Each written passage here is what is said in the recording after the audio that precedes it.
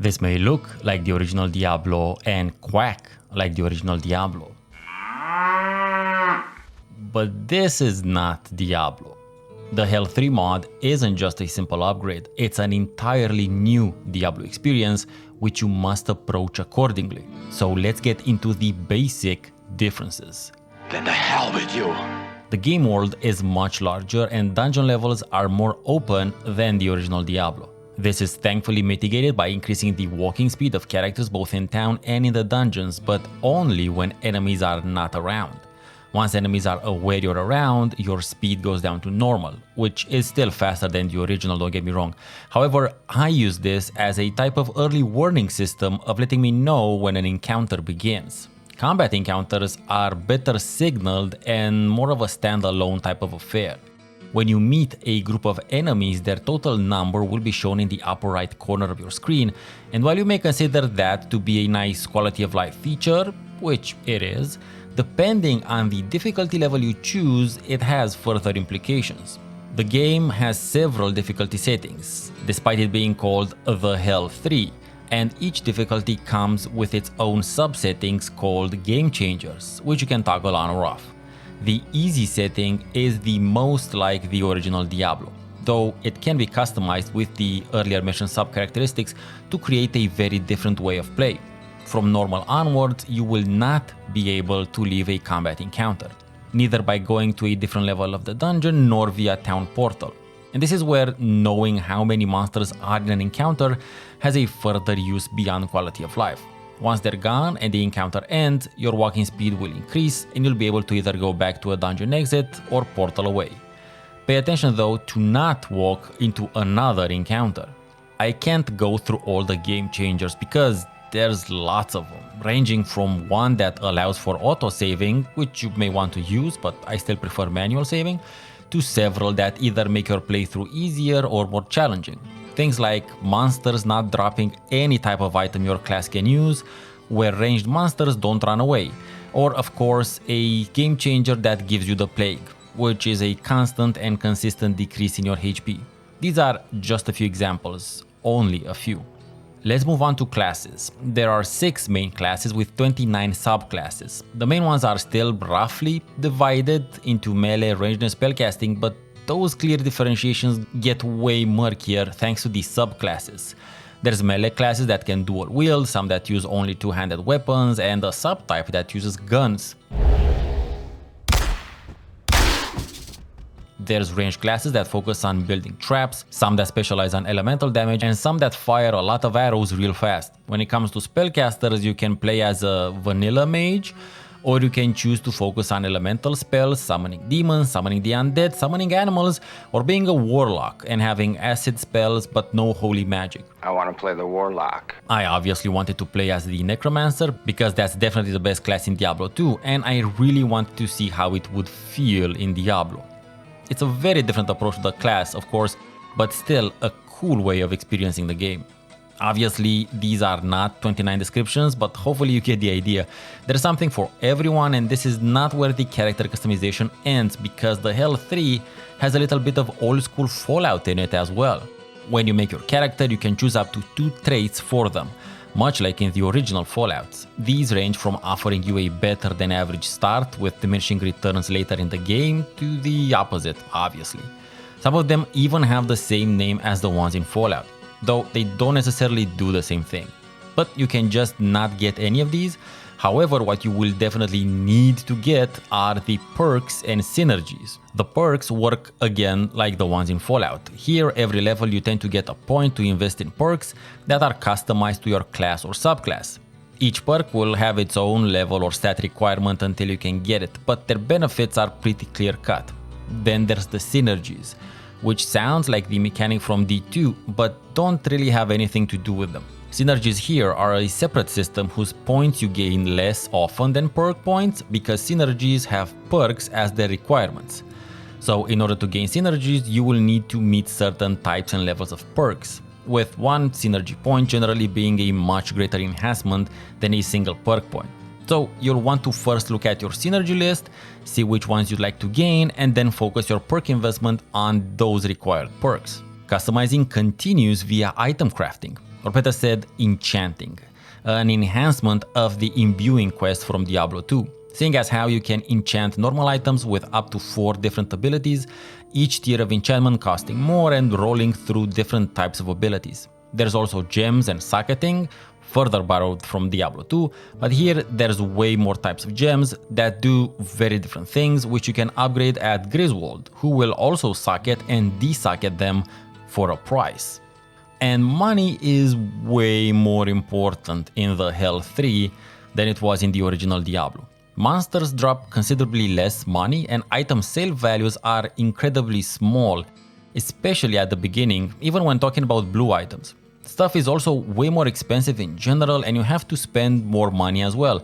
So generating an increased amount of money becomes way more relevant of an item ability than you'd think. So much so that there's perks and synergies related to it, and I suggest you invest some of your points into them because you'll hit a wall of poorness sooner or later during your runs. Likewise, Kane identifying always costs 100, and the things you identify will sometimes cost something like 7 or 12.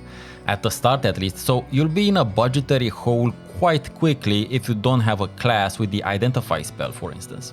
One way of mitigating this cost is to purchase Identify relics from Adria, which will cost less than 100, but that's also to be done with care. By the way, when you click on an item in a shop, you've already bought it, so be careful. I lost like 20k gold that way. Also, shopkeepers will refresh their stock if you pay them a little bit. There's a button at the bottom of their interface. If you're digging the video and you want to dive deeper into the world of retro PC gaming, hit that subscribe button to get notified whenever I post a new video. Let's keep the flame of retro PC gaming alive together.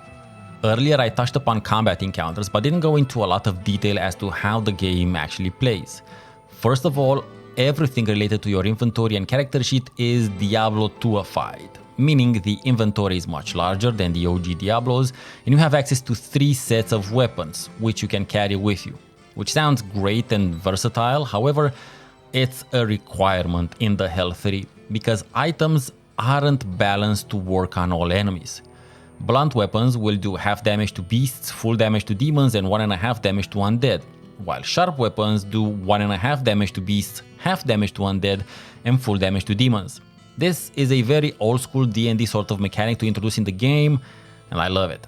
Also, when you mouse over an enemy, below their status bar, you'll see what type of monster they are, undead, beast or demon, and you'll also see the types of damage they're vulnerable to.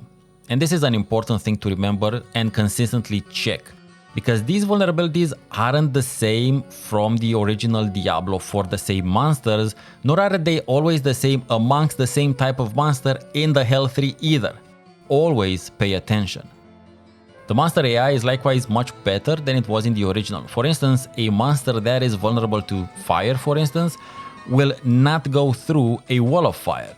They will not pass through it and take damage. This means that you can use wall spells to cordon off large numbers of enemies while you take care of the others. When looking at the character sheet, you get to see a distillation of what is truly important in the game. You'll notice it's way more populated than the original Diablo 1 and has several things from the Diablo 2 character sheet as well as some extra stuff. The more relevant extra stuff being knockback resistance and arrow defense. The dungeon levels are much larger and more open than the original, hence why arrow defense is of particular relevance since there's gonna be a fuck ton of arrows flying around in the game. A great example of this propensity of arrows being this game's version of King Leoric's tomb. There's a lot more that can be talked about, but at the end of the day, it's one thing to hear me talk about stuff and it's another to go play it yourself. I will quickly list now a bunch of other important differences that I don't want to dwell on, but you need to have in the back of your mind before jumping into the mod. The Hell 3 has way more quests than the original Diablo, likely because it includes the Hellfire expansion's locations, though not its quests, at least not that I can tell. But there's considerably more quests than the original and the adventure doesn't end with vanquishing Diablo. There's deeper depths to reach beyond those of the original Hell.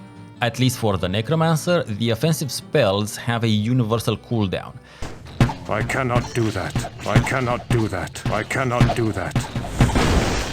I cannot do that. And as a result can stun lock enemies, kinda like what I did in the original Diablo here.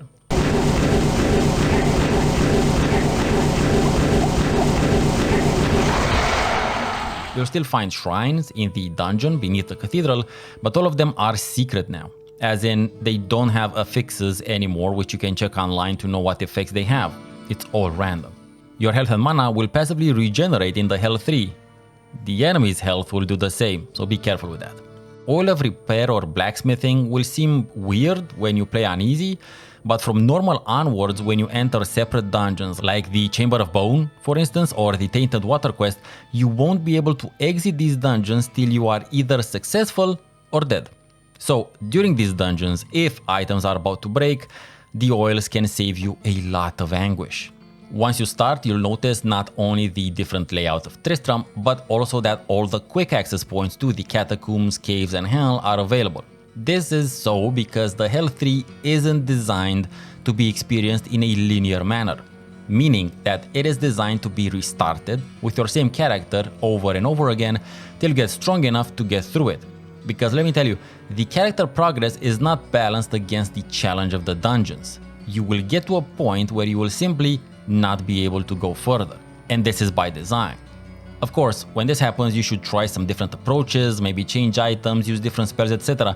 But restarting the game is normal and a part of how you play the Hell 3. Restarting is expected. The items in your stash, because you have one now, by the way, will stay with you, all your character progress and items as well. You just restart the game and farm more XP, money, gems and items, which will definitely come in handy once you break through your previous plateau. Thus, having access to whichever part of the game you wish to farm is great. You have to trust me on this one, restarting is expected. I went into the Hell 3 expecting more Diablo, or something much more akin to Beelzebub, another Diablo mod I covered in the past and loved. But the Hell 3 takes a lot of departures from the core gameplay of the original Diablo that you need to approach it as a wholly different game. A crazy cool, weird, farm grindy type of game. An approach which you'll either love or not. And both those possibilities are equally valid. If you like this video, you may also enjoy the one on screen right now. I've been Steven Nonsens, thank you very much for watching and have a great rest of your day.